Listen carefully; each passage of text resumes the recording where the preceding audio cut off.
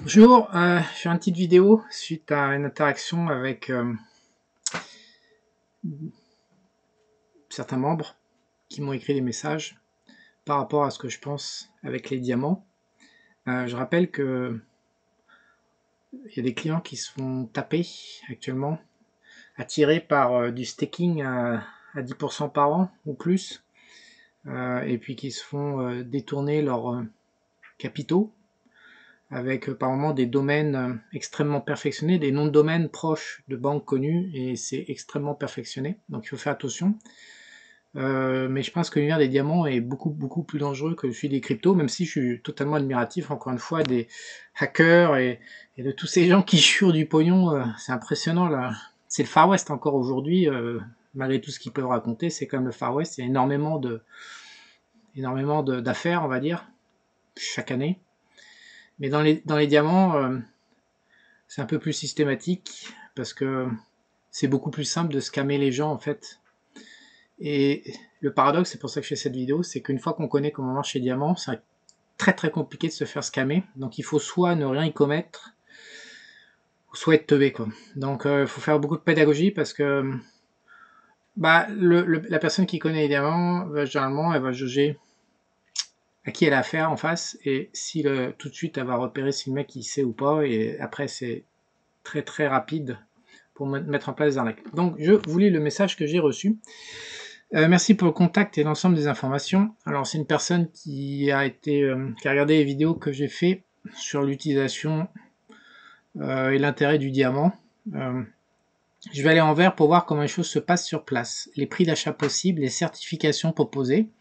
D'après ce que je comprends, il comprend mal, parce que je n'ai jamais dit ça. Vous me conseillez de passer exclusivement par Kevin pour sécuriser les achats.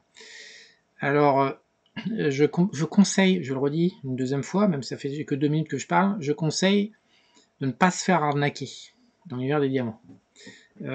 Donc, pour ne pas se faire arnaquer, et surtout, en fait, ce que je conseille, c'est de calculer de manière à pas... Comment dire ?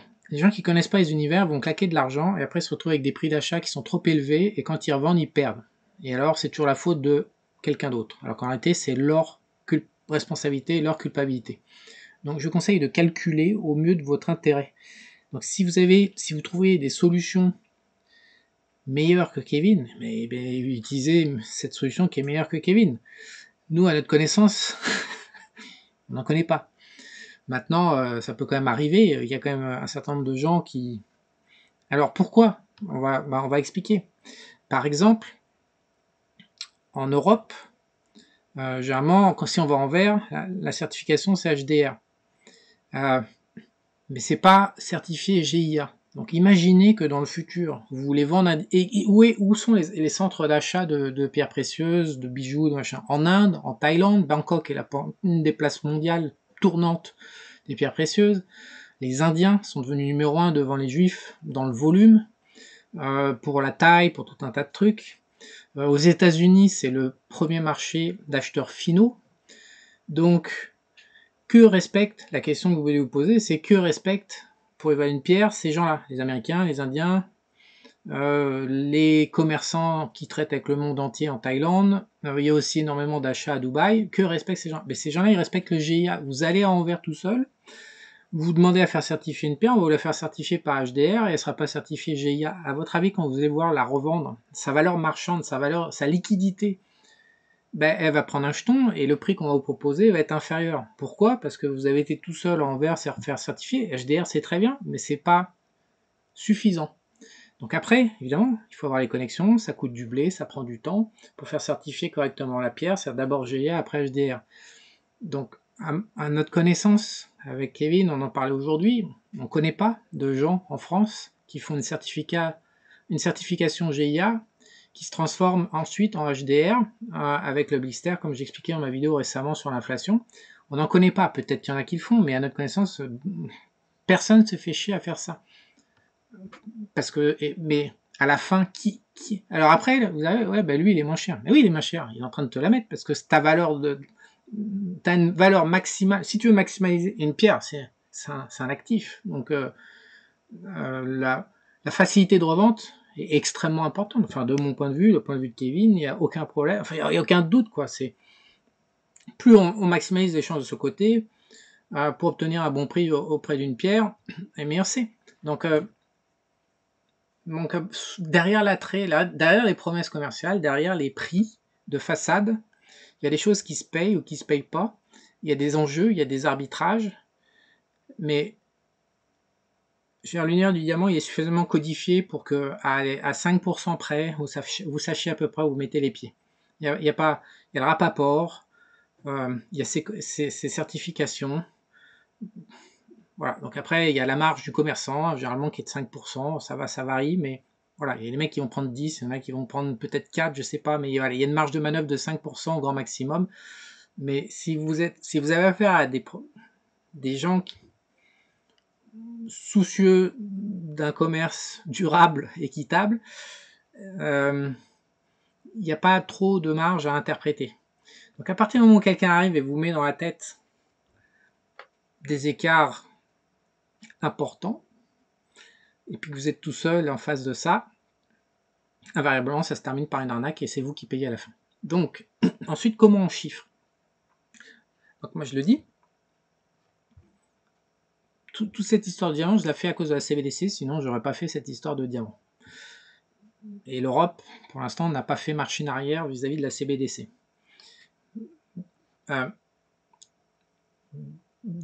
Parmi les 3500 clients actifs de Esprit Argent, il y en a un certain nombre qui sont sensibles, pensent comme moi que ça va pas être joli, ça va pas être beau, voilà, pour l'instant on a encore 2, 3, on sait pas, 4 ans, c'est pas avant que ça devienne obligatoire.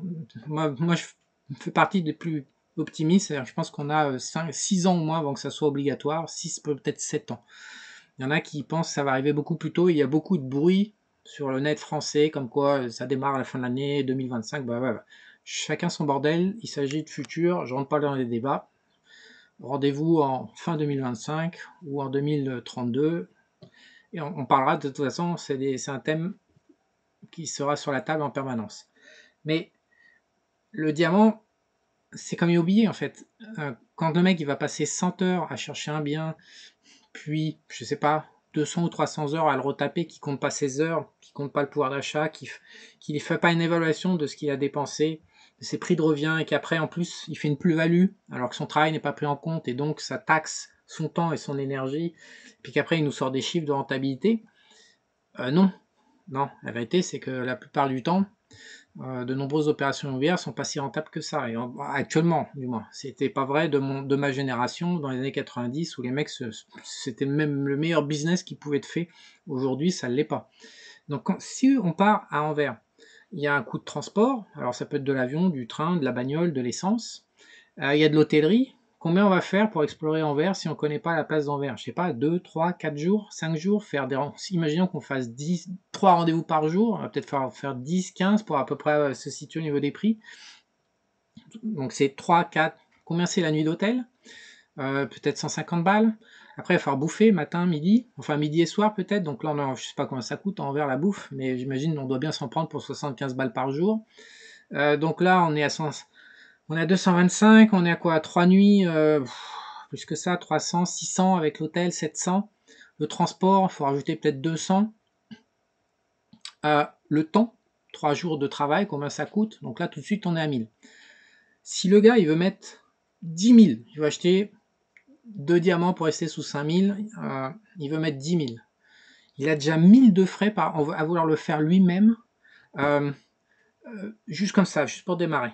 Donc là, il prend déjà 10% de charge. Ensuite, combien, en étant inconnu dans le circuit, il va obtenir sur Rapaport? Moins 5, Rapaport à 0% est ce qu'il y a de plus probable. Ensuite, on va lui coller 20% de TVA. Donc il va être Rapaport plus 20%. Peut-être qu'il va aller chercher du Rapaport moins 5 pour 10 000. Avec un inconnu.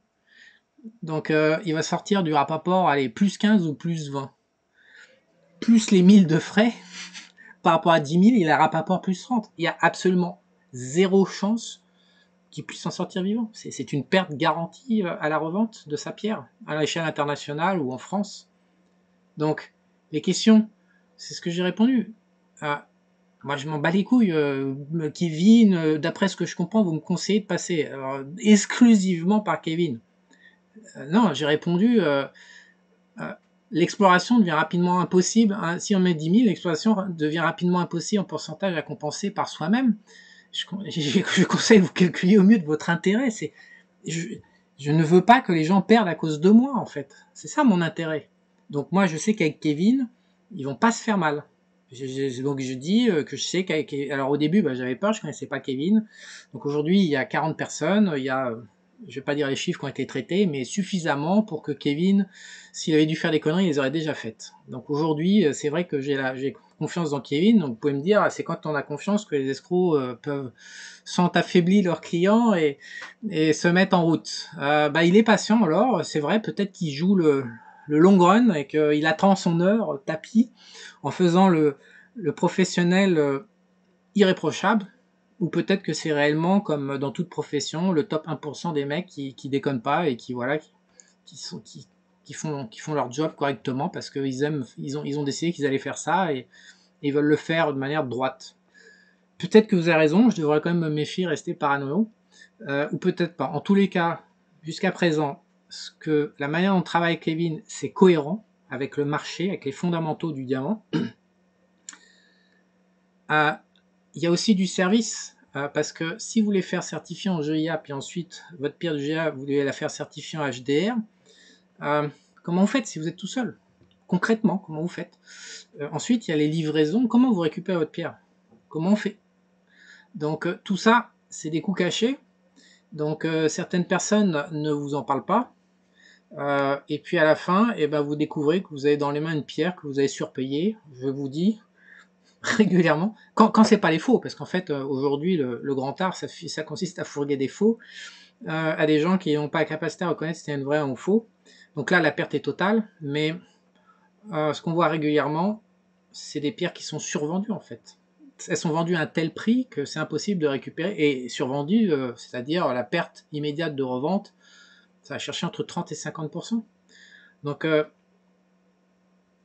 je pense que les clients, en plus le diamant a commencé à remonter un petit peu, donc les frais de transaction que Kevin prend, bien sûr, parce qu'il fait son métier, il faut bien qu'il vive. Je pense que ça a été annulé par la hausse récente en 2025 au cours des 6 derniers mois du diamant. Donc je pense que les clients sont flat à quasi 99%. S'ils revendaient, ils sont flat aujourd'hui, vu les conditions et la manière dont ça a été fait et travaillé.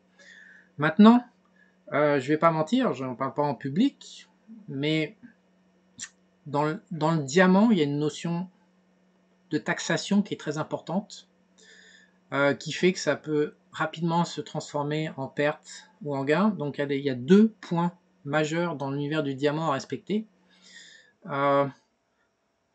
Après, avec tout ce qu'il y a autour, comme je le disais, la qualité doit être supérieure. Donc le top 1%, maxi au top 2%, mais c'est surtout, il y a des seuils fiscaux à respecter. C'est crucial. Donc il y a une stratégie de choix de pierre qui est cruciale par rapport à la fiscalité. Et il y a un lieu d'achat qui est crucial par rapport à la fiscalité. Donc j'imagine que la plupart des intermédiaires en France ne veulent pas en parler parce qu'ils s'en foutent en fait de leurs clients. Ils sont là pour du très court terme. C'est assez... Dans toutes les histoires qu'on me raconte dans cet univers du diamant, c'est cruel en fait. Il y a une... C'est dur. Si je devais mettre un mot sur l'univers du BTC, des cryptos et de toutes les sales histoires, je dirais que c'est technique, les cryptos. C'est sophistiqué, c'est abstrait, c'est digital. Le diamant, c'est juste cruel en fait. C'est de l'abattage. Les mecs en ont rien à foutre, mais rien à foutre. Donc des informations sont masquées dans la plupart du temps pour les achats. Je le répète une énième fois, j'ai acheté un diamant pour les fiançailles et un diamant pour mon mariage en France en 2008, non, en 2007 et en 2009 je crois, ou 2008 et 2009. Je me suis fait abattre comme un chien, quoi. Ils m'ont tamponné le cul grave. C'est cruel. Le diamant, c'est cruel. Faut vraiment avoir de l'accompagnement. C'est un univers cruel dans le sens impitoyable. L'univers des cryptos, quand on voit la qualité des scams, les mecs ils se font chier, quoi. Je respecte. À chaque fois, les clients, en plus, s'ils sont de bonne foi, ils savent qu'ils ont été appâtés par leur voracité et leur croyance à des gains qui ne devraient pas être des... Enfin, l'univers des cryptos est quand même complètement parallèle par rapport à la finance, par rapport aux fondamentaux patrimoniaux financiers. De nombreuses promesses faites dans les cryptos sont louches. Je sais pas, le taux d'intérêt qu'on peut obtenir dans une banque pour placer son argent un an, c'est 5%. Donc on a plein de rictus de la part des mecs des cryptos qui... par mois, tu veux dire? Non, par an. Ça, c'est... Alors, l'univers obligataire, les gars, c'est 100 trillions, 200 trillions, je sais pas combien, au niveau global. Non, il y a 300 trillions de dettes. Je suis con, il y a 300 trillions de dettes au niveau global. Les cryptos, c'est, je sais plus, 4 trillions. Enfin, ça rapporte de 1 à quasiment 100, en fait. Les cryptos, c'est un peu plus, ça doit être 1,5% de l'obligataire. Mais les mecs, ils ont confiance et puis il y a la testostérone derrière les cryptos. Donc les clients, ils pensent qu'ils sont plus malins et puis bah, ça se termine très souvent mal et avec de nombreuses faillites, de nombreux détournements, de nombreux scams, de nombreux des machins qui font 10 000%, qui retombent à zéro, enfin bref. Mais j'ai bien conscience que l'univers des diamants, c'est la même chose. C'est impitoyable.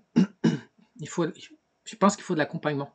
Et alors, je parle même pas des autres pierres précieuses qui sont alors là, c'est même pas possible, c'est inaccessible en fait. Donc, je voulais vraiment faire cette vidéo de pédagogie parce que je tombe souvent, moins on s'y connaît dans un domaine et moins on chiffre correctement les frais annexes, les petites nota bene dans les contrats, les machins, toutes les dépenses en temps. Le temps, euh, si vous allez 5 jours à Anvers et que vous êtes payé, je sais pas, 5000 balles par mois, bah, c'est une semaine, c'est quasiment 1000 balles. Donc, si vous allez 5 jours à Anvers pour acheter pour 10 000 balles, pour acheter 2 diamants à 5000, vous avez 1000 balles de perte de salaire, vous avez 1000 balles de frais de déplacement, 2000, vous avez 20%, 20% de TVA, vous êtes à rapport port. Si vous achetez à rapport 0%, flat, vous êtes à rapport plus 40% en valeur réelle. Je faisais cette vidéo pour vous aider à prendre conscience. Rapport plus qu'un, c'est simple, les bijoutiers qui sortent les bagues de fiançailles, on se fait tous tamponner, c'est rapport plus 50. Donc même en cherchant à faire le mec malin, il est probable, après vous pouvez peut-être tomber sur un rapport moins 10 à Anvers, sur une bonne âme sur place qui va vous sortir un rapport moins 10, mais après avec tous vos frais annexes, vous serez toujours à rapport plus 30 au final. Donc ça sera une perte. Alors il y a aussi autre chose que je vois, c'est sur les plateformes d'échange, où c'est un carnage, puisque des gens arrivent avec des diamants sous blister. Je vais faire une vidéo là-dessus. En fait, j'ai prévu à la rentrée de prendre des diamants et les mettre en vente et de filmer, en fait, pour montrer comment on peut revendre des diamants. Donc les mecs mettent en vente des diamants sous blister avec des cabinets de gémologie de certification, je sais pas si on peut appeler ça une certification. Donc ça inspire confiance et ils arrivent avec des prix défiant toute concurrence. Genre Rapaport moins 30, moins 40 avec une certif pour Ave. Et donc, il y a des clients qui m'ont envoyé ça. Et on me demande mon opinion. Bah, j'ai pas l'opinion, je préfère même pas m'exprimer sur le sujet, mais si on me demande s'il faut y aller, ça n'existe pas. Soit le mec est un con, il est en train de perdre de l'argent. Alors j'ai vu aussi, alors le mec, c'est sa grand-mère, elle est à l'hôpital, il a pas d'argent, il veut une vente rapide ou des trucs comme ça. Ils sont toujours très huilés pour proposer une explication qui explique que la pierre n'est pas du tout à son prix et qu'elle est beaucoup trop basse. Voilà, donc je ne connais pas le pourcentage, mais de gens qui achètent ce genre de produit et puis après qui s'aperçoivent au bout d'un an, 5 ans.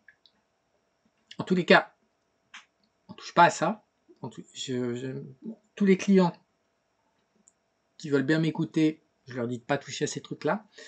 Et en termes de certif, c'est GIA au laser et HDR sous blister par-dessus. Sinon, c'est toute la codification et toute la sécurité du marché du diamant, toute la standardisation du marché du diamant qui saute.